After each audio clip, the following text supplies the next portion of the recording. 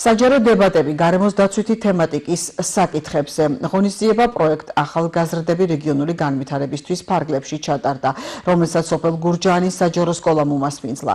ახალგაზრდებს შესაძლებლობა ჰქონდათ წარმოედგინათ საკუთარი ხედვა მუნიციპალიტეტში არსებულ გარემოს დაცვის მიმართულებით არსებულ გამოწვევებზე. პროექტი ხორციელდება დებატებისა და განათლების ეროვნული ინსტიტუტის მიერ სახელმწიფო გრანტის ფარგლებში. პროექტის ახალგაზრდები რეგიონული განვითარებისთვის ფარგლებში დღეს მიმდინარეობს გურჯაანის მუნიციპალიტეტში საჯარო დებატები. საჯარო დებატებში მონაწილე ახალგაზრდები გადამზადდნენ დებატების ტექნიკაში, რომლის შედეგად ერთ-ერთი მთავარი ღონისძიება და კულმინაცია ჩვენ გვაქვს საჯარო დებატები.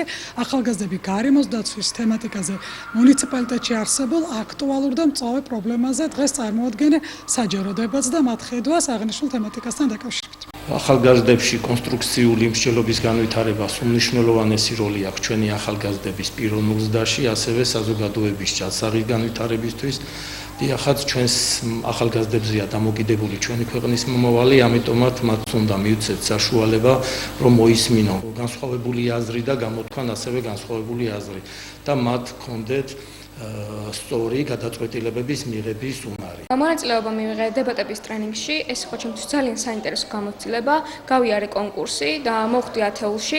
დებატებმა მასწავლა უამრავი რამ, როგორიც არის მოთმინება და ასევე არგუმენტირებული მსჯელობა და ეს იყო ძალიან საინტერესო გამოცდილება, რომელიც მთელი ცხოვრება